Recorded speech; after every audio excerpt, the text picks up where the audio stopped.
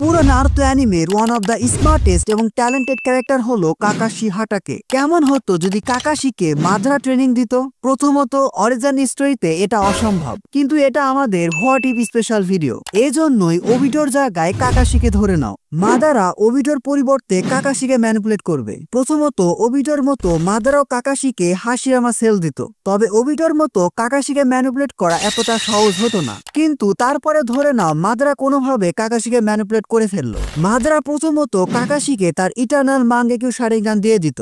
দ্বিতীয়ত মাদারা কাকাশিকে অনেকগুলো forbidden technique শিখাতো। আর তোমরা সবাই জানো কাকাশি কতটা জিনিয়াস। মাদারা ওবিটোর মতো একটা ডাম শিনোবিকেও পুরো ব্যাডাস বানিয়ে দিয়েছিল। সেখানে একবার ভাবো মাদারা যদি কাকাশিকে ট্রেনিং দিত, তাহলে কাকাশি কতটা পাওয়ারফুল হয়ে যেত। মাদারা কাকাশির উপর ইমপ্রেস হয়ে তাকে তার রিনেগানও দিয়ে দিত। সো কাকাশির এক চোখে ইটারনাল মাঙ্গেকিউ শারিঙ্গান, আরেক চোখে রিনেগান, তার সাথে অ্যাড করে দাও হাশিরামা সেল। অর্থাৎ ইটারনাল মাঙ্গেকিউ শারিঙ্গান এবং রিনেগান ইউজ করতে কাকাশির তেমন কোনো সমস্যা হবে না। এরপর আছে মাদারার থেকে পাওয়া ফরবিডেন নলেজ।